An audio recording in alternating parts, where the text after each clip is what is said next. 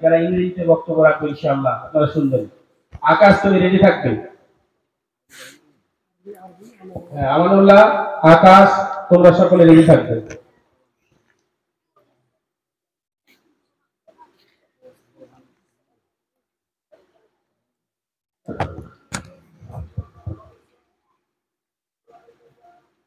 আসসালামু আলাইকুম ওয়া রাহমাতুল্লাহ। ওদিকে মাইক বাজছে কিসে?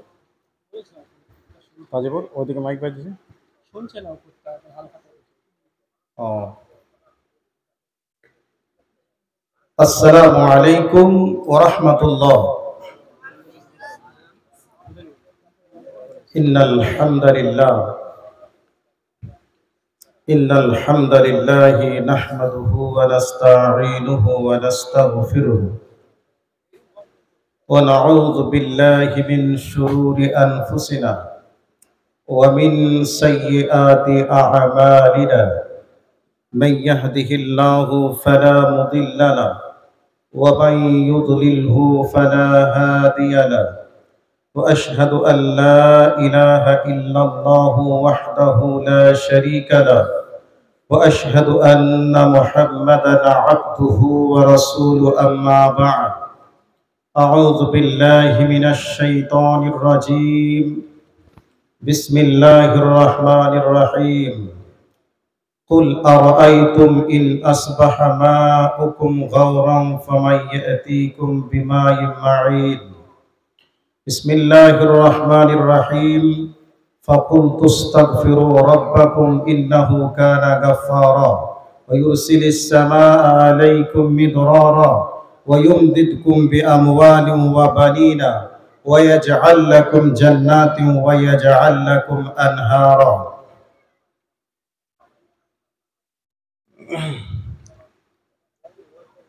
وزادت الزنا مني المطر। উপস্থিত চলমান সভার নির্বাচিত সভাপতি সাহেব, উপস্থিত ওলামায়ে কেরাম, সামনে বসে থাকা ইসলাম পিপাসিত শ্রোতা মণ্ডলী, পর্দার অন্তরালে অবস্থানরত আমার জননীর জাতি মা ও বোনেরা, প্রশংসা একমাত্র মহান রব্বুল ইজ্জাতের জন্য। তিনার শেখানো ভাষা থেকে আমরা একটি বাক্যের দ্বারাই প্রশংসা আদায় করি, সকলে বলি আলহামদুলিল্লাহ। তারই পরে শান্তি বর্ষিত হোক নবী মুহাম্মদুর রাসূলুল্লাহ সাল্লাল্লাহু আলাইহি ওয়াসাল্লামের উপর, আল্লাহুম্মা আমিন। ভাই, বর্তমান সময়ে আমরা বিজ্ঞানের চরম শিখরে অবস্থান করছি। গোটা পৃথিবীকে আমরা আজকে হাতের মুঠোর ভিতরে নিয়েছি। পৃথিবীতে কোথায় কি হচ্ছে না হচ্ছে মুহূর্তের মধ্যে মানুষের কাছে পৌঁছে যাচ্ছে। আজকে আমরা দেখছি পৃথিবীর সব জায়গা লোকে পরিপূর্ণ। যেমন চায়ের দোকানে লোকের অভাব নেই, হসপিটালের বেড খালি নেই, খেলার স্টেডিয়াম বা গ্যালারি খালি নেই, রাজনৈতিক দলের মিটিং মিছিল হলে সেখানে লোকের অভাব নেই। এক কথায় সব জায়গাতে লোক পরিপূর্ণ। পরিপূর্ণ লোক নেই একটি জায়গাতে, সে জায়গায় হচ্ছে আল্লাহর ঘর মসজিদ। তার পাশাপাশি দ্বীনের আলোচনা যেখানে হয় সেখানে বর্তমান সময়ে লোকের অভাব। তার জ্বলন্ত প্রমাণ হচ্ছে আজকে ব্রাদার রাহুল এসেছেন। ওনার সম্পর্কে আপনারা ইন্টারনেটের মাধ্যমে আপনারা দেখেছেন যে উনি একটা ভারতবর্ষের বা আমাদের পশ্চিম বাংলা তথা মুর্শিদাবাদের একটা গৌরব। যেই ব্যক্তিটা গেলে কোনো জায়গায় প্রোগ্রাম করতে গেলে আপনারা যতজন দর্শক বসে আছেন এতটা মিডিয়ার লোক ঘুরে বেড়ায়। রাস্তাতে স্টেশনে বাস স্ট্যান্ডে দাঁড় হলে মানুষ একটা সেলফি নেওয়ার জন্য কয়েক শত লোক লাইন দিয়ে দাঁড়িয়ে থাকে। অন্যান্য জায়গার কথা তো ছেড়েই দিলাম, বাংলাদেশে স্টেজ থেকে নামার সময় মানুষ তো ওনাকে ব্যারিকেড দিয়ে নিয়ে যায়, সাথে সাথে যখন উনি স্টেজে উঠেন বা স্টেজ থেকে নামেন তখন তো কয়েক হাজার মানুষের সঙ্গে হাতে হাত মেলাতে হয়। তো আজকে ধোয়াপাড়া গ্রামে আজকে এসেছেন, হয়তোবা আপনাদেরকে দাওয়াত দিতে ভুল হলেও হতে পারে, তবে হয়েছে আমি এ কথা বলছি না, যুক্তি তর্কে একটু আপনাকে বোঝানোর জন্যই বলছি। হতে পারে হয়তো ভাই তাজিবুর রহমান সালাফি সাহেব উনি বলতে কোনো বিষয়ে হয়তোবা আপনাদের সঙ্গে মতের মিল হয়নি, যার কারণে হয়তোবা আপনারা আসেননি। কিন্তু দেখুন তো, শুধু ধর্মীয় স্থান বাদ দিয়ে, ধর্মের কাজ বাদ দিয়ে এইরকম একটা অনুষ্ঠান বা এইরকম একটা আয়োজন যদি অন্য কোনো জায়গাতে বা অন্য কোনো বিষয়ে করা হতো, লোকের কোনো অভাব হতো না, সেখানে ভুল ধরার কোনো সুযোগও থাকতো না। যেখানে ধর্মের কোনো আলোচনা হয়, ধর্মীয় কোনো বিষয় নিয়ে ভাবনা চিন্তা করা হয়, সেই জায়গায় মানুষ বলবে আমাদেরকে দাওয়াত দেয়নি, আমাদেরকে আগে থেকে জানায়নি, আমাদের সঙ্গে পরামর্শ নেয়নি, এই ধরনের কথা মানুষ অনেক সময় বলে থাকে। তো যাই হোক, মাইকের আওয়াজ যতদূর পর্যন্ত যাচ্ছে, আপনারা যারা আসেননি তাদেরকে অনুরোধ জানাচ্ছি আসার মতো হলে অবশ্যই আপনারা আসুন, আর যদি মনে করেন না আসার মতো নয় তাহলেও কমপক্ষে আপনারা এই মাইকের মাধ্যমে বক্তব্যের বিষয়গুলিকে শ্রবণ করার চেষ্টা করুন। আমি আর ভূমিকা না বাড়িয়ে কোরআন এবং সুন্নাহর আলোকে সরাসরি চলে যাচ্ছি। আজকে বর্তমান সময়ে আমরা যে পরিস্থিতি পরিবেশের ওপরে আমরা দাঁড়িয়ে আছি, প্রচন্ড গরম, পানির অভাবে আজকে মাঠের শস্য শ্যামল ফসলগুলি আজকে দিনের পর দিন আকাশের দিকে না উঠে নিচের দিকে নেমে যাচ্ছে। আজকে পশু পাখি পানির অভাবে ত্রাহি ত্রাহি করছে। আজকে যারা কৃষক, যারা চাষি মানুষ, তারা আজকে ফসলের আবাদ করতে গিয়ে মেশিনের সাহায্যে তারা পানি দিতে গিয়ে ক্লান্ত হয়ে যাচ্ছে। আজকে আপনার জ্যৈষ্ঠ মাস চলছে, শেষের দিকে আসলো, এরপরেও আকাশ থেকে বৃষ্টি নেই। যেই বৃষ্টির অভাবে আজকে মানুষ থেকে নিয়ে শুরু করে পৃথিবীর প্রত্যেকটা প্রাণী আজকে অতিষ্ঠিত। আজকে যে বৃষ্টি হচ্ছে না, এই বৃষ্টি নিয়েও আমরা কি কোনো ভাবনা চিন্তা করছি না। আপনাদেরকে কোরআন এবং হাদিস থেকে যে বিষয়ে আলোচনা করব, কথাগুলিকে একটু ভাবনা চিন্তা করে গবেষণা করে এখান থেকে যাওয়ার চেষ্টা করবেন। এখন বর্তমান সময়ে শিক্ষিত নামে অশিক্ষিত এক শ্রেণীর মানুষ, তারা সমাজে বসবাস করছে, তারা নাকি আবার শিক্ষিত। তারা আজকে বলছে বৃষ্টি হচ্ছে না, তার কারণ কি জানেন? তার কারণ হলো আজকে মানুষ দিনের পর দিন গাছপালাগুলিকে কেটে দিচ্ছে, পর্যাপ্ত পরিমাণে গাছ লাগাচ্ছে না, অক্সিজেনের অভাব হচ্ছে, যার কারণে বৃষ্টি হচ্ছে না। এটা আজকে শিক্ষিত নামে অশিক্ষিত যারা সমাজে বসবাস করছে তারা এই ধরনের কথা বলছে। কিন্তু আসলে বৃষ্টি হচ্ছে না, তার কারণ কি? এই কারণগুলিকে কোরআন এবং হাদিস থেকে নিতে হবে। কোন অপরাধ করলে আকাশের পানিকে আল্লাহ বন্ধ করবেন, এ কথা আল্লাহ বলেছেন, নবী মুহাম্মদুর রাসূলুল্লাহ সাল্লাল্লাহু আলাইহি ওয়াসাল্লাম বলেছেন। আমি সেই দিকে লক্ষ্য রেখে আপনাদেরকে কথাগুলিকে বলার চেষ্টা করছি। আজ বর্তমান সময়ে একটা ভয়াবহ বিপদের মধ্যে আমরা দাঁড়িয়ে আছি। গোটা পৃথিবী যারা গবেষক, যারা নাসা গবেষণাগারে বসে আছেন, তেনারাও আজকে বলছেন যে পৃথিবী কখন যেন কি হয়ে যায়, কখন কিভাবে পৃথিবী ধ্বংস হবে, কখন কোন জায়গায় ভূমিকম্প হয়ে পৃথিবী শেষ হয়ে যেতে পারে, এইরকম চিন্তা ভাবনায় তারা দাঁড়িয়ে আছে। সম্মানিত উপস্থিতি, আপনাদেরকে এবার যে বিষয়টা বলছি ভালো করে কান করে শোনার একটা চেষ্টা করুন। আজকে বৃষ্টি হচ্ছে না, এই বৃষ্টি না হওয়ার পরেও আজকে আমরা কি একটু অনুশোচনা করেছি? একটু কি আমরা ভেবে দেখেছি আমাদের কষ্ট হচ্ছে প্রচন্ড গরমে? এই গরমে আমাদেরকে কি করতে হবে? এ ব্যাপারে কোরআন এবং সুন্নাহ কি বলেছে তার দিক নির্দেশনা নেওয়ার আমরা কি একটু চেষ্টা করেছি? করিনি। আমরা প্রচন্ড গরমে বাড়িতে বসবাসের অভাবে বসবাস ঠিক মতো না করতে পারার কারণে আমরা চলে যাচ্ছি একটা এসি নিয়ে আসছি, হয়তোবা আমরা কুলার নিয়ে এসে আমরা বাড়িতে একটু ঠান্ডা পরিবেশে আমরা অবস্থান করার চেষ্টা করছি বা আমরা একটু আরাম করার চেষ্টা করছি। আসলে এভাবে করে কতদিন যাবে, এভাবে করে কতদিন আমরা বসবাস করতে পারবো তার ভাবনা চিন্তাকে আমরা করেছি? করিনি।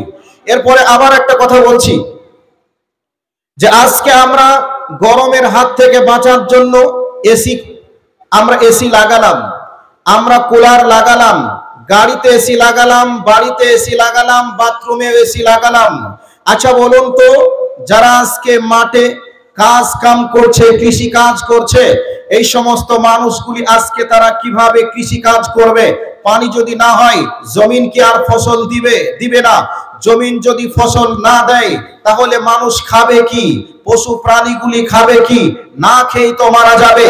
কাজেই পানি না হওয়ার পিছনে কারণ কি আছে এ ব্যাপারে আলেম ওলামাদের কাছ থেকে এসে পরামর্শ নিয়ে আলেম ওলামারা কি বলছে এ ভাবনা চিন্তা মানুষের হওয়ার দরকার ছিল কি ছিল না? ছিল। কিন্তু মানুষ কি আজকে আলেম ওলামাদের কাছে গেছে? যায়নি। বরং প্রচন্ড গরম লেগেছে, চলো পকেটে পয়সা আছে এসি কিনে নিয়ে আসি, চলো এসি কেনার পয়সা নেই একটা কুলার কিনে নিয়ে আসি, এই ভাবনা চিন্তা মানুষের চলছে। কিন্তু পানি যে হচ্ছে না, এই পানি না হওয়ার পিছনে কারণ কি? চলো একটু আলেমদের কাছে যাই, চলো মসজিদের ইমামের কাছে যাই, চলো একটু মাদ্রাসাতে যাই, আলেমরা কি বলছে সেই ভাবনা চিন্তাগুলি আমরা একটু করার চেষ্টা করি। এইরকম মানুষ কি সমাজে দেখাতে পারবেন? পারবেন না। এবার আপনাদেরকে বলছি, শুনে রাখুন, আকাশের বৃষ্টি বন্ধ হয়েছে, এই অবস্থায় যদি জমিনের বৃষ্টিটাও পাতালের পানিটাও যদি একটু বন্ধ হয়ে যায় তাহলে কি আমরা এই পৃথিবীর বুকে বসবাস করতে পারবো না?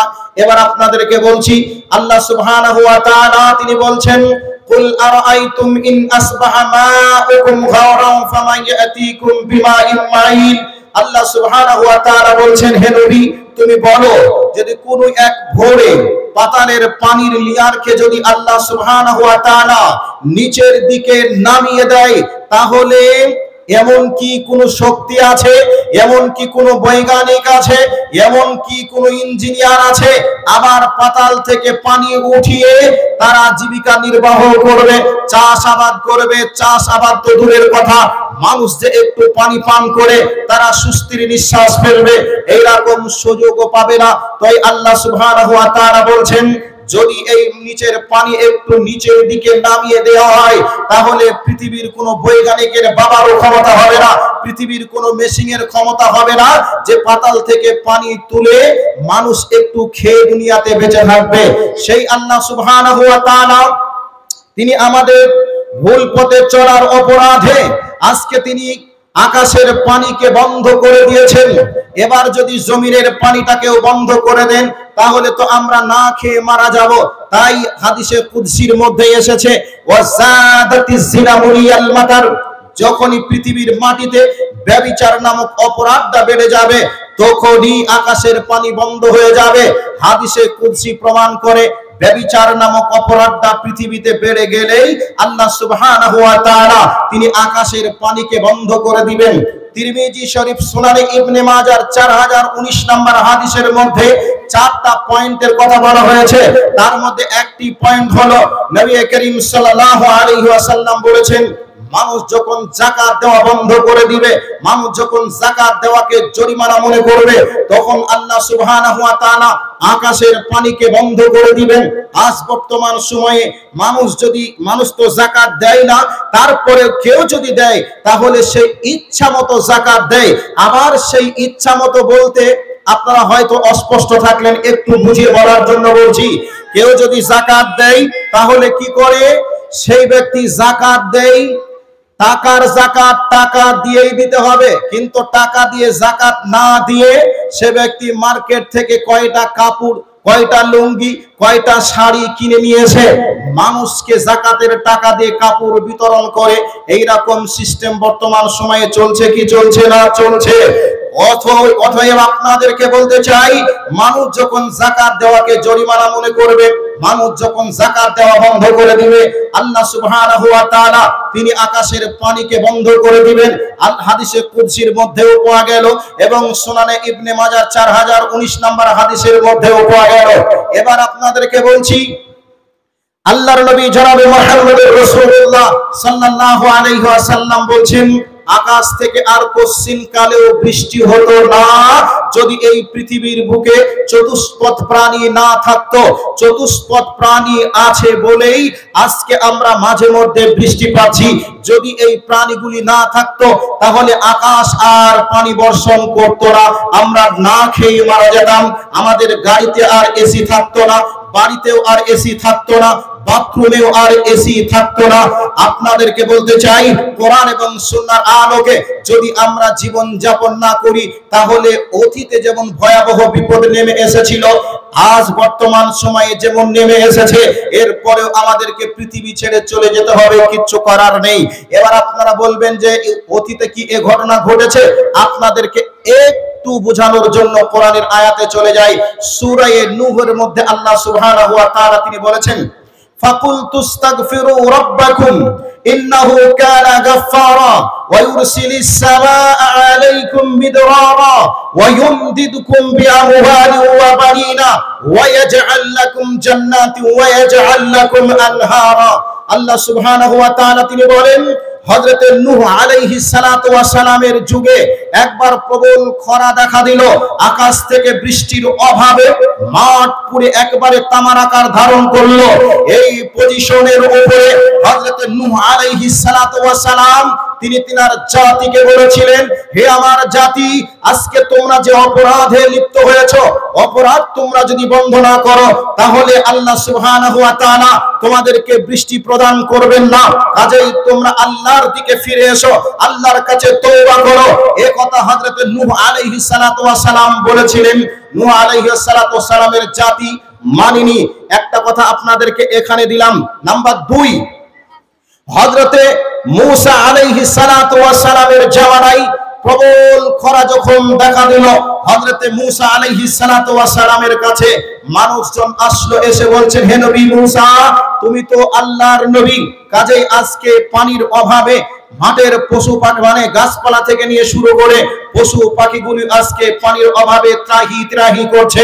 এই অবস্থায় আপনি সালাতুল ইস্তিসকার নামাজের মাধ্যমে একটু পানির ব্যবস্থা করুন, আল্লাহকে একটু পানির জন্য বলুন।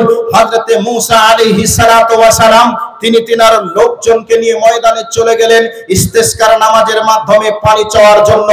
এই অবস্থায় হযরতে মূসা আলাইহিস সালাতু ওয়াস সালাম তিনি ইস্তিসকার নামাজ শুরু করলেন। এদিকে পানি না হয়ে প্রচন্ড খরা দেখা দিল। আর নবীদের মধ্যে সবথেকে রাগী নবী ছিলেন হযরতে মূসা। হযরতে মূসা আল্লাহকে বললেন, হে আল্লাহ, আমি তোমার কাছে পানি চাইলাম, তোমার কাছে পানির জন্য আমি আসলাম, আর এখন তুমি পানি না দিয়ে তুমি রোদ দিচ্ছ, তুমি খরা দিচ্ছ, তার কারণ কি? এই অবস্থায় হযরতে মূসা আলাইহিস সালাতু ওয়াস সালামকে বললেন, হে মূসা, তোমার এই জামাতের মধ্যে, তোমার লোকজনের মধ্যে এমন একটা লোক এখানে আছে যেই ব্যক্তিটা আমার সঙ্গে এত নাফরমানি করেছে, 40 বছর ধরে আমাকে এক বিন্দু পরিমাণ সময় আমার জন্য দেয়নি, আমাকে এক মুহূর্ত সে আমাকে রাজি বা খুশি করেনি, বরং এক বিন্দু নয় 40টা বছর ধরে সে আমার নাফরমানি করে চলেছে, যার কারণে বৃষ্টি হবে না। এই অবস্থায় হযরতে মূসা আলাইহিস সালাতু ওয়াস সালাম বললেন, এমন কে আছো যে ব্যক্তি 40 বছর ধরে আমার রবের নাফরমানি করেছো, বলো কে আছো? এই অবস্থায় হযরতে মূসা যখন এলান করলেন, সাথে সাথে ওই ব্যক্তি বুঝতে পারলেন যে আমি তো 40 বছর ধরে আল্লাহর নাফরমানি করে চলছি। এই অবস্থায় হযরতে মূসা বললেন, বার হয়ে যাও কাতার থেকে। ওই ব্যক্তি এখন আল্লাহকে বলছেন, আল্লাহ, এই লোকের মধ্যে কে অপরাধী, এটা এই জনগণ না জানলে আল্লাহ তুমি জানো। অতএব তুমি আমাকে 40 বছর ধরে আমার অপরাধকে তুমি ঢেকে রেখেছো, মানুষকে তুমি জানতে দাওনি। আজকে তুমি আমাকে এতগুলো লোকের মাঝে অপমান করিও না হে রব। আমি তোমার কাছে ফিরে আসছি হে রব, আমি তোমার কাছে ক্ষমা চাচ্ছি। আল্লাহ তুমি আমাকে অপমানিত করো না। আল্লাহ সুবহানাহু ওয়া তাআলা তার তওবাকে কবুল করলেন। এবারে সঙ্গে সঙ্গে বৃষ্টি শুরু হলো। এমতো অবস্থায় হযরতে মুসা আবার আল্লাহকে বলছেন, হে আল্লাহ, তুমি এক্ষুনি বললে বৃষ্টি হবে না, এরপরেও তুমি বৃষ্টি দিচ্ছ, তার কারণ কি? হযরতে মুসা আলাইহিস সালামকে আল্লাহ পাক বললেন, হে মুসা, যেই লোকটা এতদিন ধরে 40 বছর ধরে আমার নাফরমানি করেছিল, ওই ব্যক্তি এক্ষুনি আমার কাছে তওবা করে ফিরে আসলো, এই জন্য আমি আল্লাহ বৃষ্টি প্রদান করলাম। হযরতে মুসা আল্লাহকে বলছেন, হে আল্লাহ, ওই ব্যক্তিটা তুমি আমাকে একটু দেখিয়ে দাও। আল্লাহ বললেন, 40 বছর আমি আল্লাহ তার পাপকে ঢেকে রেখেছি, আজকে সে তওবা করে আমার রাস্তায় ফিরে আসলো, আর আমি তোমাকে তার নামটা বলে দিয়ে তাকে তোমার চোখে আমি খারাপ করাবো, এটা হতে পারে না। এটা আমি রব আর আমার বান্দার মাঝে সীমাবদ্ধ থাকবে। কাজেই তওবার মাধ্যমে হযরতে মুসা আলাইহিস সালাতু ওয়াস সালামের উপরে বা মুসা আলাইহিস সালাতু ওয়াস সালামের জামানায় আল্লাহ সুবহানাহু ওয়া তাআলা তিনি বৃষ্টি দিয়ে এই মৃত জমিনকে জীবিত করলেন, সুসজ্জিত মাঠ ভরা ফসল আবার আল্লাহ সুবহানাহু ওয়া তাআলা দান করলেন। দুইটি পয়েন্ট দিলাম। নাম্বার 3, এবারে চলে আসুন আল্লাহ সুবহানাহু ওয়া তাআলা এই আয়াতের মধ্যে কি বলতে চেয়েছেন। হাসান বসরি নামক একজন ব্যক্তি ছিলেন। সেই হাসান বসরির কাছে তদানীন্তন সময়ের মানুষজন গিয়ে বললেন, হে হাসান বসরি, আপনি আমাদের জন্য আল্লাহর কাছে দোয়া করুন। বৃষ্টির অভাবে আজকে মাঠের ফসলগুলি শেষ হয়ে গেল, আপনি একটু আল্লাহর কাছে দোয়া করুন। হাসান বসরি বললেন, আল্লাহর কাছে তওবা করে ফিরে আসো, আল্লাহ তোমাদেরকে বৃষ্টি প্রদান করবেন। আর একদল লোক আসলো, হে হাসান বসরি, আমরা আজকে 1 বছর ধরে 1 বছর আগে বিবাহ করেছি আমাদের গ্রামের মানুষজন। 1 বছর পূর্বে বিবাহ করার পরেও একজনের পেটে, একজনের স্ত্রীর গর্ভে কোনো বাচ্চা আসে নাই। অতএব আপনার কাছে এসেছি, আল্লাহর কাছে আমাদের একটা বাচ্চা বা আমাদের বাচ্চার জন্য আল্লাহর কাছে দোয়া করুন। আল্লাহ সুবহানাহু ওয়া তাআলা এই কোরআনের মধ্যে বলেছেন, ওয়ায়াজআল লাকুম আনহারা। আল্লাহ সুবহানাহু ওয়া তাআলা বলেছেন, ওয়ায়ুমদিদকুম বিআমওয়ালি ওয়া বানিনা। আল্লাহ সুবহানাহু ওয়া তাআলা তিনি বলেছেন, তোমাদেরকে সম্পদ আল্লাহ পাক দান করবেন, তোমাদেরকে আল্লাহ পাক সন্তান দান করবেন। এবার হাসান বসরির কাছে এসে বলেছিলেন যে আজকে আমাদের সন্তান হচ্ছে না, আমরা যে নিঃসঙ্গ হয়ে গেলাম, নিঃসন্তান হয়ে গেলাম। অতএব আপনি আমাদের জন্য আল্লাহর কাছে দোয়া করুন, যাতে করে আমরা সন্তানের মা বাবা হতে পারি। এই অবস্থায় হাসান বসরি বললেন, তোমরা তওবা করে আল্লাহর কাছে ফিরে এসো, নিশ্চয়ই আল্লাহ তোমাদেরকে সন্তান দান করবেন। হাসান বসরির কথা শুনে তিনারা ফিরে চলে গেলেন। আবার একদল লোক আসলো, এসে বলছেন, হে হাসান বসরি, আমরা তোমার কাছে এসেছি, আজকে আমাদের গরু ছাগলগুলি একবারে মরে শেষ হয়ে গেল, কাজেই আপনি একটু দোয়া করুন, যাতে করে আমাদের গরু ছাগল আবার দুনিয়ায় বেঁচে থাকার মতো সুযোগ পায়। আমাদের সম্পদগুলি নষ্ট হয়ে গেল, আমাদের সম্পদগুলিকে একটু বৃদ্ধি করার জন্য আল্লাহর কাছে দোয়া করুন। আল্লাহ সুবহানাহু ওয়া তাআলা কোরআনুল কারীমের মধ্যে বলেছেন, এই আয়াতটাই আল্লাহ সুবহানাহু ওয়া তাআলা এখানে কি শিক্ষা দিতে চেয়েছেন একটু পরেই বলছি। তবে হাসান বসরি এনাদেরকেও বললেন, চলে যাও, আল্লাহর কাছে তওবা করে ফিরে এসো, নিশ্চয়ই আল্লাহ সুবহানাহু ওয়া তাআলা তোমাদের পশু পাখিগুলিকে আবার বেঁচে থাকার সুযোগ দান করবেন। যারা মারা গেছে, মারা তো গেছে, তারা তো আর ফিরবে না, যেগুলি আছে এগুলির ভেতর থেকে আবার তাদের বংশ প্রজন্ম জন্মগ্রহণ করবে, এখান থেকে তোমাদের অনেক সম্পদ হবে। কাজেই তোমাদেরকে আল্লাহ রাস্তায় তওবা করে ফিরে আসতে হবে।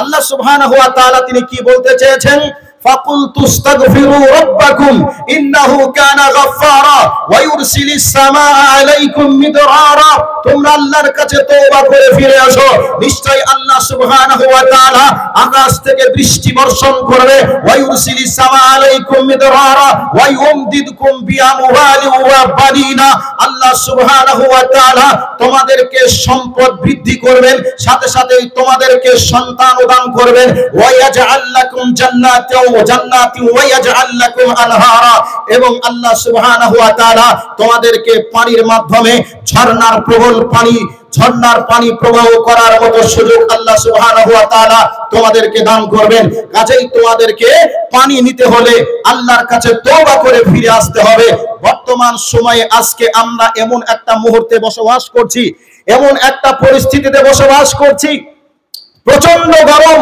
এই প্রচন্ড গরমে আজকে আমরা এই গরম হয়তোবা কয়েক বছর এই গরম আমরা দেখি নাই যারা আজকে বিশেষজ্ঞ তারা বলছেন প্রায় 70 বছর ধরে এত প্রচন্ড গরম হয়নি এই রকম কথা আজকে তিনারা বলছেন এই যে প্রচন্ড গরম এরপরে আকাশের বৃষ্টি বন্ধ এরপরেও আমাদের মুখ থেকে এখনো হাসি বন্ধ হয়নি আজকে কে কোথায় জিতলো জিতার কারণে আজকেও মুখে দাড়ি রাখার পরেও আজকে তারা মুখে দাড়ির উপরে একেবারে কি বলে হুলির মতো আনন্দ উৎসব করছে বোম মারছে আনন্দ করছে একবারও কেউ ভেবে দেখলো না যে আল্লাহ সুবহানাহু ওয়া তাআলা আমাদের উপরে রাগান্বিত হওয়ার কারণে আকাশের পানিকে বন্ধ করে দিয়েছেন সেই আল্লাহ আজকে যদি জমিনের পানিটাকে বন্ধ করে দেন আজকে আমরা না খেয়ে মারা যাব এই রকম চিন্তা ভাবনা করার কোনো মানুষ নেই এরপরেই শুধুই বলছে মাওলানা সাহেবরা মাদ্রাসা চালাচ্ছে মসজিদ চালাচ্ছে একবারও তারা নামাজ পড়ছে না একবারও তারা আল্লাহর কাছে দোয়া করছে না আরে ভাই নামাজ তো মাওলানা সাহেবরা পড়াচ্ছে বারবার তেনারা নামাজের কথা বলছে সালাতুল ইস্তেসকার নামাজ মাওলানা সাহেবরা পড়ালেন সেখানে তো যারা অপরাধের সঙ্গে যুক্ত আছে যারা সুদ খেয়ে আজকে লক্ষ লক্ষ টাকা উপার্জন করে আজকে গাড়িতে এসি বাড়িতে এসি বাথরুমে এসি লাগিয়ে যারা ঘুরছে তারা তো একবার নামাজের কথা ভাবলো না তারা তো আল্লাহর কাছে এমন অপরাধী হিসাবে আজকে তারা প্রমাণিত হয়েছে যাদের অপরাধের কারণে আল্লাহ সুবহানাহু ওয়া তাআলা আকাশের পানি বন্ধ করেছেন তারা তো আজকে ভাবনা চিন্তা করলো না তো আলেমরা দোয়া করছে আলেমরা নামাজ পড়ছে বলেই আজকে আল্লাহ মাঝে মধ্যে পানি দিচ্ছে এবং চতুষ্পদ প্রাণীরা আছে বলে আল্লাহ সুবহানাহু ওয়া তাআলা আকাশ থেকে বৃষ্টি দিয়ে মৃত জমিনকে জীবিত করছেন এবং পশু পাখি প্রাণীগুলিকে দুনিয়াতে বেঁচে থাকার সুযোগ আল্লাহ সুবহানাহু ওয়া তাআলা তিনি দিয়েছেন সম্মানিত উপস্থিতি এই পজিশনের উপরে যেভাবে চলছে এভাবে যদি আর কয়েকদিন চলে তাহলে মাঠের ফসলগুলি শেষ হবে আর অনেক মানুষ হয়তো গরমে প্রাণ হারাবে কাজেই আমাদের উচিত হবে আল্লাহর কাছে ফিরে আসা আল্লাহর কাছে ফিরে আসা এছাড়া কোন রকমের রাস্তা নেই কোন রকমের পথ নেই কোন রকমের ঘাট নেই যারা বলছে আজকে গাছ লাগানোর অভাবে বৃষ্টি হচ্ছে না অক্সিজেনের অভাব আজকে তারা যেখানে পড়াশোনা করেছে আসলে তাদেরকে এই পড়াশোনা করানো হয়নি যে কোন অপরাধের কারণে বৃষ্টি বন্ধ হয় কোন পাপ হলে দুনিয়াতে মানে বৃষ্টি বন্ধ হয় এই পড়াশোনা তারা না করার কারণে আজকে তাদের মুখ থেকে এই সব কথাগুলি বার হচ্ছে আমি সূরা নূহর কয়েকটা আয়াত আপনাদেরকে শোনালাম হাদিসে কুদসি শোনালাম এরপরে সুনানে ইবনে মাজাহ 4019 নম্বর হাদিস আপনাদেরকে শোনালাম যখন মানুষ যাকাত দেওয়াকে বন্ধ করবে তখনই আকাশের পানি বন্ধ হয়ে যাবে যখন অশ্লীলতা বেড়ে যাবে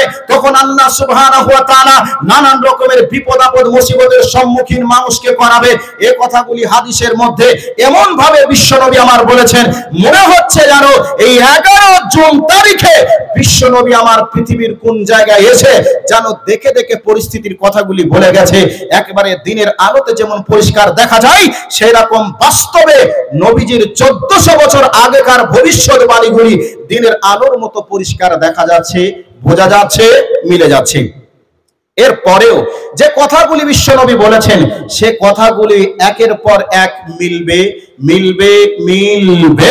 মিলবে কাজেই আকাশের বৃষ্টি নিয়ে পরিবেশকে আমাদের প্রতিকূল করার জন্য একমাত্র উপায় হচ্ছে তওবা করে আল্লাহর রাস্তায় ফিরে আসা এবার আপনারা বলবেন যে মাওলানা সাহেব এত অপরাধ আমরা করেছি, আল্লাহ কি আমাদের অপরাধ ক্ষমা করবে?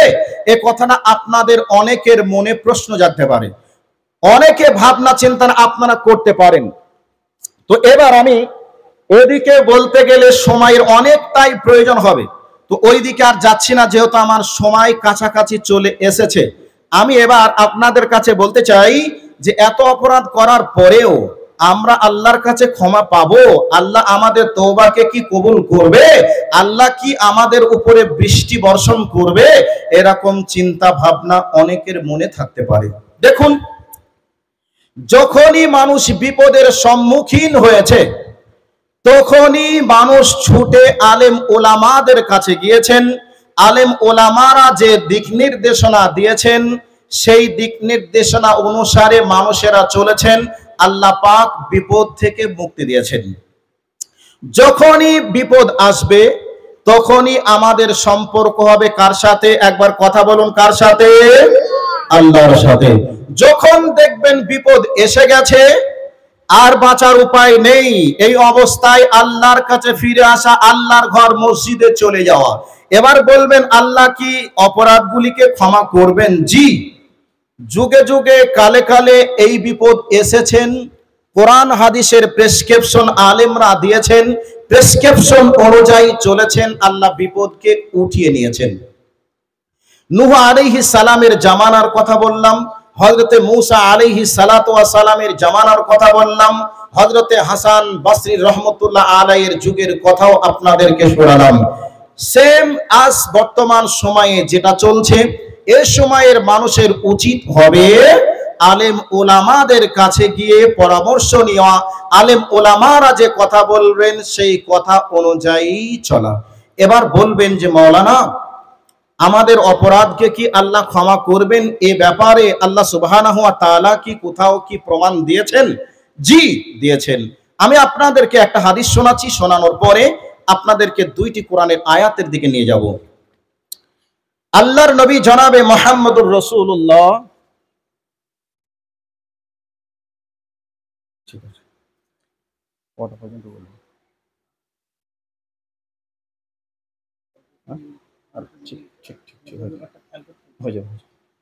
তো আল্লাহ সুবহানাহু ওয়া তাআলা তিনি বলছেন, আল্লাহর নবী বলছেন, কুল্লু বানি আদামা খাতাউন ও খায়রুল খাত্তাইনা মিনাত তাওয়াবুন। আল্লাহর নবী বলছেন প্রত্যেকটা আদম সন্তান অপরাধী। অপরাধীদের মধ্যে সেই হচ্ছে উত্তম যে আল্লাহর কাছে ক্ষমা চাই, আল্লাহর কাছে ফিরে আসে, আল্লাহর কাছে তওবা করে। তাহলে মানুষ অপরাধ করবে, আল্লাহর কাছে মানুষ ক্ষমা চাইবে, আর আল্লাহ ক্ষমা করবেন। এই হাদিস থেকে বোঝা গেল। নাম্বার 2, বিশ্ব নবী জনাবে মুহাম্মদুর রাসূলুল্লাহ সাল্লাল্লাহু আলাইহি ওয়াসাল্লামের মতো মহান মানুষটি আল্লাহর কাছে দিনে 100 বার পানাহ চাইতেন, 100 বার আল্লাহর কাছে তওবা করতেন, আল্লাহর কাছে ক্ষমা চাইতেন। অন্য একটা হাদিসের মধ্যে এসেছে, আল্লাহর নবী বলছেন যে আল্লাহর কাছে নবীজি দিনে 70 বার আল্লাহর কাছে ক্ষমা চাইতেন, তওবা করতেন। তাহলে নবীজির মতো মানুষটি, যিনার আগের পাপও ক্ষমা, পরের পাপও ক্ষমা, ওই রকম মহান ব্যক্তিও পর্যন্ত আল্লাহর কাছে 100 বার এবং 70 বার বা 70 বারের অধিক 100 বার পর্যন্ত আল্লাহর কাছে ইস্তেগফার করতেন, তওবা করতেন, ক্ষমা চাইতেন। তাহলে আমাদের তো পাপের কোনো শেষ নেই, আমাদের ভুলের কোনো শেষ নেই, এরপরেও আমরা তো আল্লাহর কাছে ক্ষমা চাইতে জানি না, ক্ষমা চাইও না। এবার বলবেন ক্ষমা কি হবে? জি, আপনাদেরকে বলছি। আল্লাহ সুবহানাহু ওয়া তাআলা তিনি সূরা ফুরকান আয়াত নাম্বার 70, এই আয়াত নম্বরে আল্লাহ সুবহানাহু ওয়া তাআলা বলছেন, ইল্লা মান তাবা ওয়া আমানা ওয়া আমিলা সালিহা। আল্লাহ সুবহানাহু ওয়া তাআলা বলছেন, যে ব্যক্তি তওবা করলো, যে ব্যক্তি আল্লাহর কাছে ফিরে আসলো এবং আমলে সালেহ করলো, ওই ব্যক্তির জন্য আল্লাহ সুবহানাহু ওয়া তাআলা তিনি বলছেন, ফাউলাইকা হুম, আল্লাহ পাক বলছেন তার জীবনের পাপগুলিকে নেকি দ্বারা পরিবর্তন করে দেওয়া হবে। আপনি যদি আজকে আল্লাহর কাছে তওবা করে ফিরে আসেন, আপনি যদি মনে মনে এইটা আল্লাহকে বলেন যে আল্লাহ, অতীতে যা করেছি আমি ভুল করেছি আর কোশ্চিন কালেও করব না। আজ থেকে যদি এই নিয়াতে এবার আপনি যদি ঈমান আনার পরে তওবা করে ভালো কাজ করতে থাকেন, তাহলে আল্লাহ পাক বলছেন তোমার অতীতে যত পাপ তুমি করেছো তোমার পাপগুলিকে আল্লাহ নেকি দ্বারা পরিবর্তন করে দিবেন। এর নাম আল্লাহ। আল্লাহ সুবহানাহু ওয়া তাআলা সূরা তাহা 20 নম্বর সূরার 82 নম্বর আয়াতের মধ্যে আল্লাহ সুবহানাহু ওয়া তাআলা বলছেন, ওয়া ইন্নী গাফফারুন লিমান তাবা ওয়া আমানা ওয়া আমিলা সালিহা ফামান তাহাদা। আল্লাহ সুবহানাহু ওয়া তাআলা তিনি বলছেন এই আয়াতটি কাবা শরীফে হাজারে আসওয়াদ রুকনি ইয়ামানি থেকে হাজারে আসওয়াদের মিডিলে কাবা শরীফের গিলাফে অনেক আয়াত লেখা আছে। এই অনেক আয়াতের মধ্যে একটা আয়াত হলো সোনার সুতা দিয়ে লেখা আছে। ওই আয়াতের মধ্যে আল্লাহর ঘরে আজকে কাবার যারা ইমাম আছেন, কাবার যারা দায়িত্বশীল রয়েছেন, তিনারা এই আয়াতটা ওখানে কেন লিখেছেন তার কারণ কি? আল্লাহ সুবহানাহু ওয়া তাআলা বলছেন আমি অবশ্যই ক্ষমা করব যদি তওবা করে এবং নেক আমল করে এবং হকের উপরে হিদায়াতের উপরে যদি অবিচল থাকে, তাহলে নিশ্চয়ই আমি আল্লাহ সুবহানাহু ওয়া তাআলা মানুষের জীবনের পাপগুলিকে ক্ষমা করব। তাহলে ক্ষমা করবেন নবীর হাদিস থেকে বোঝা গেল, কোরআনের আয়াত থেকেও বোঝা গেল। এবার আপনাদেরকে ছোট্ট করে একটা কথা বলছি, সেই কথাটা হলো এই, আপনার সন্তান যদি আপনার কাছ থেকে রাগ করে ঝগড়া করে আপনার কাছ থেকে বাড়ি থেকে বার হয়ে চলে যায়, এবার আপনার কাছ থেকে বাড়ি থেকে বার হয়ে যখন চলে গেল, সন্তান যেন কোথায় চলে গেল, রাত্রি বেলায় আপনার মন আপনাকে বলছে আমার কলিজার টুকরা নয়নের পুতুলি সন্তান আমার সঙ্গে ঝগড়া করে চলে গেল। রাগ মাথায় আপনি বলছেন আমার সন্তান আর কোনোদিন মুখ দেখবো না, আর বাড়িতে কোনোদিন আসতেও দেবো না। এইরকম রাগ মাথায় আপনি ভাবছিলেন। রাত যখন হয়ে গেল বিছানায় শুয়ে শুয়ে আপনি ভাববেন আমার কলিজার টুকরা নয়নের পুতুলি সন্তান কোথায় গেল, খেলো কি খেলো না, এই ভাবনা চিন্তা আপনি করতে শুরু করবেন। এই করতে করতে 2-1 দিন কেটে গেল, 2-4 দিন পরে আপনার সন্তান যদি গভীর রাত্রিতে এসে আপনার বাড়ির দুয়ারে গেটের বাইরে যদি আব্বা আব্বা বলে ডাকে, মা মা বলে যদি ডাকে, এই অবস্থায় এমন কোন নিষ্ঠুর মা আছে, এমন কোন নিষ্ঠুর বাপ আছে, সন্তানের ডাক শোনার পরে, সন্তানের ডাক শোনার পরে, মা ডাক শোনার পরে, আব্বা ডাক শোনার পরে ঘরের গেট বন্ধ করে রাখবে? এরকম নিষ্ঠুর বাপ কি পৃথিবীতে আছে? নেই। সঙ্গে সঙ্গে গেট খুলে দরজা খুলে সন্তানের শরীরে সন্তানের পোশাকে যদি নোংরা আবর্জনা ময়লা লেগেও থাকে, তারপরেও মা বাপ বলবে না সন্তান তোমার শরীরে নোংরা আবর্জনা লেগে আছে, তুমি ধুয়ে মুছে পরিষ্কার করে এসো, তারপরে তুমি আমাদের কাছে আসবে, এমন কথা বলবে না। বরং সন্তানকে দেখে বুকের সঙ্গে জড়িয়ে ধরে সন্তান যদি বলে আব্বা আমি ভুল করেছি, অন্যায় করেছি, তুমি আমারে মাফ করে দাও, আমি জীবনে তোমার সঙ্গে ঝগড়া করব না, জীবনে তোমার সঙ্গে আমি আর বাড়াবাড়ি করব না। সন্তানের কথা শুনে আব্বা বলবে বাবা আর তোকে কিছু বলা লাগবে না, ঠিক আছে আর কোনোদিন করবি না। এ কথা বলে সন্তানকে বুকে জড়িয়ে বুকের সঙ্গে জড়িয়ে ধরে সন্তানের গালে চুম্মা দিয়ে আদর করবে কি করবে? একটু কথা বলুন, করবে কি করবে না? অবশ্যই করবে। তাই আল্লাহ সুবহানাহু ওয়া তাআলার নবী বলছেন, আল্লাহ সুবহানাহু ওয়া তাআলা প্রত্যেকটা রাত্রে বান্দাদেরকে ক্ষমা করার জন্য ডাক দিয়ে বলেন বান্দা আয় চলে আয়, আমি তোকে ক্ষমা করার জন্য আরশে আজিম থেকে আমি দুনিয়ার আসমানে নেমে এসেছি, তুই আমার কাছে ক্ষমা চা। যারা দিনে অপরাধ করেছিস তোদের জন্য আমি ক্ষমার হাতটাকে প্রসারিত করে রেখে দিলাম, রাতে দুনিয়ার আসমানে নেমে এসে তোরা একটু ক্ষমা চা, আমি তোদেরকে ক্ষমা করব। আবার নবীজি বলছে দিনের বেলায় তার হাতকে ক্ষমার হাতকে প্রসারিত করে রেখে দেন, যে রাতের অন্ধকারে আমার গোলামেরা আমার বান্দারা অপরাধ করবে, সেই অপরাধকে ক্ষমা করার জন্য দিনের বেলায় হাতকে আমি প্রসারিত করে রেখে দিই, যে রাতের অন্ধকারে কেউ তোমার পাপ দেখেনি আমি জানি, অতএব তুমি আমার কাছে ক্ষমা চাইবে, আমি তোমার ক্ষমা করার জন্য বসে আছি। এই বলে বান্দাকে আল্লাহ ডাক দেন, দুনিয়ার আসমানে নেমে আসেন। আচ্ছা বলুন, বাপ আপনার কাছে মানে বাপ আপনাকে বেশি ভালোবাসে না রব আপনাকে বেশি ভালোবাসে? ভালোবাসে, আপনি বলবেন আপনার বাপ ভালোবাসে। জি না, আপনার রব আপনাকে বেশি ভালোবাসে। আপনার রব দুনিয়ার আসমানে নেমে এসে আপনাকে ডাকেন আর বলেন, বান্দা তোমার কাছে ক্ষমা চা, আমি তোর অপরাধকে ক্ষমা করব, আমি তোর পাপকে ক্ষমা করব। এই কথা প্রত্যেক দিন দুনিয়ার আসমানে নেমে এসে রব বলতে থাকেন। সম্মানিত উপস্থিতি, যারা সামনে বসে আছেন, সময় স্বল্পতা হওয়ার কারণে বিস্তারিত আলোচনা করা যাচ্ছে না, কাজেই যা আলোচনা করলাম এতটুকুই আপনাদের মানার জন্য যথেষ্ট যে এই পরিস্থিতির পরিবেশকে আজকে ফিরাতে চাইলে, ফিরাতে হলে আমাদেরকে আল্লাহর কাছে ফিরে এসে তওবা করে ফিরে আসতে হবে, আল্লাহর কাছে নিজের পাপকে ক্ষমা চাইতে হবে। ইনশাআল্লাহ আল্লাহ আকাশ থেকে বৃষ্টি প্রদান করবেন, আমাদেরকে এই পৃথিবীর বুকে সুন্দরভাবে বসবাস করার সুযোগ দান করবেন। এবার আপনাদেরকে বলছি, তওবা করে ফিরে আসবে, এরপরে নেক আমল করতে হবে। এই পৃথিবীর বুকে আল্লাহর রাগকে মিটিয়ে দিতে পারে একটা ইবাদত, তার নাম হচ্ছে দান। দান যদি কেউ করে, আল্লাহ সুবহানাহু ওয়া তাআলার রাগ নষ্ট হয়ে যায়, রাগ মিটে যায়। আজকে এটা হচ্ছে মাদ্রাসাতুস সালাফিয়া, জামিয়াতুস সালাফিয়া। এই মাদ্রাসা আপনাদের এই ধোয়াপাড়া গ্রামে গড়ে উঠেছে। আমার ভাই তাজিবুর রহমান আমার বয়সে অনেকই ছোট, তো আমার ভাই, স্নেহের ভাই, অনেক কষ্ট করে মেহনত করে আপনাদের গ্রামে এই মাদ্রাসা গড়ে তুলেছে। তো এই মাদ্রাসা চালাতে গেলে অনেক টাকা পয়সার প্রয়োজন হয়, এ বিষয়ে আপনারা সকলে অবগত রয়েছেন। কাজেই আল্লাহর রাগকে মেটানোর জন্য সুবর্ণ একটা সুযোগ আপনাদের জন্য তৈরি হয়েছে।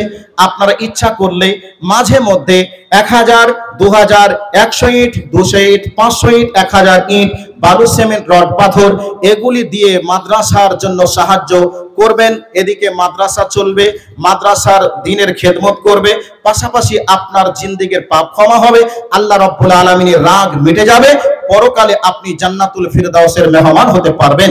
সেই দিকে লক্ষ্য রেখে ছোট্ট করে আপনাকে পরকালীন চিন্তা জোগানোর জন্য একটু আপনাকে বলছি। বিষয়টা হলো, সাহাবায়ে কেরাম আলাইহিম আজমাইনরা পরকালের জন্য কিভাবে প্রস্তুতি গ্রহণ করতেন, পরকালকে কিভাবে প্রাধান্য দিতেন, এ মর্মে ছোট্ট করে একটা কথা বলছি। ছোট্ট করে কি, মদিনাতে দুইজন সাহাবী পাশাপাশি খাজুরের বাগান, একজন ইয়াতীম মানুষ আর একজন অনেক ধনসম্পদশালী। তো দুইজনের বাগান পাশাপাশি। তো যিনি গরিব ইয়াতীম, ইনি মনে মনে ভাবলেন, আমার বাগান আর ধনঢ্যশালী ব্যক্তির বাগান একেবারে মিলে যাচ্ছে। তো এই অবস্থায় আমার বাগানকে প্রাচীর দিয়ে ঘিরে নিতে হবে, না হলে পরবর্তী সময়তে দুইজনের বাগান এক হয়ে গেলে আমি আর আমার বাগানকে পাবো না। এই অবস্থাতে বাগানকে ঘিরার কাজ শুরু করলেন। এমতো অবস্থায় একটা খাজুরের গাছ ঘিরার পথে প্রাচীর দেওয়ার মিডিলে দাঁড় হয়ে গেল, সেখানে প্রাচীর দেওয়ার মতো সুযোগ আর হলো না। এই অবস্থায় ওই ব্যক্তিকে, তার নাম হচ্ছে আবু লুবাবা, ইয়াতীম ব্যক্তিটি আবু লুবাবাকে বলছেন, ভাই আবু লুবাবা, হয় এই খাজুরের গাছটা তুমি আমাকে বিক্রি করে দাও, না হলে খাজুরের গাছটা আমাকে দান করে দাও। আবু লুবাবা বলছেন, দানও করব না, বিক্রিও করব না। এই অবস্থাতে ইয়াতীম মানুষ চললেন মসজিদে নববীতে, আল্লাহর নবীকে গিয়ে বলছেন, ইয়া রাসূলুল্লাহ, এই অবস্থা, একটা খাজুরের গাছ আবু লুবাবা আমাকে বিক্রিও করছে না, আমাকে দানও করছে না, কাজেই আমি তো আমার প্রাচীরকে, আমার খাজুরের বাগানকে ঘিরতে পাচ্ছি না, কাজে একটু ব্যবস্থা করে দেন। আল্লাহর নবী আবু লুবাবাকে বললেন, আবু লুবাবা, তুমি এতিম মানুষটিকে, এতিম বালকটিকে খাজুরের গাছটা তুমি দিয়ে দাও। আবু লুবাবা বলছেন, জি না। আল্লাহর নবী এবার বলছেন, যদি তুমি একটা খাজুরের গাছ তুমি দিয়ে দাও, তাহলে পরকালে তোমাকে একটা খাজুরের গাছ দেওয়া হবে, যার ছায়ার প্রশস্ততা হবে 70 বছর ধরে। একটা দ্রুতগামী প্রাণী ছুটতে থাকবে, এরপরেও ছায়াকে অতিক্রম করতে পারবে না, এইরকম একটা ছায়াদার গাছ তোমাকে দেওয়া হবে। এই অবস্থায় বসেছিলেন একজন সৌভাগ্যবান ব্যক্তির নাম তার আবু দাহদা রাদিয়াল্লাহু তাআলা আনহু। আবু দাহদা এবারে বলছেন, ইয়া রাসূলুল্লাহ, যদি আবু লুবাবা না দেয়, অন্য কেউ যদি দেয়, এর ফজিলত কিসে পাবে? আল্লাহর নবী বলছেন, অবশ্যই পারে। এই অবস্থায় আবু লুবাবাকে আবু দাহদা বলছেন, হে আবু লুবাবা, তুমি কি আমার ওই খাজুরের বাগানকে চিনো? এখন আবু লুবাবা বলছেন, তোমার বাগান কে না চিনে?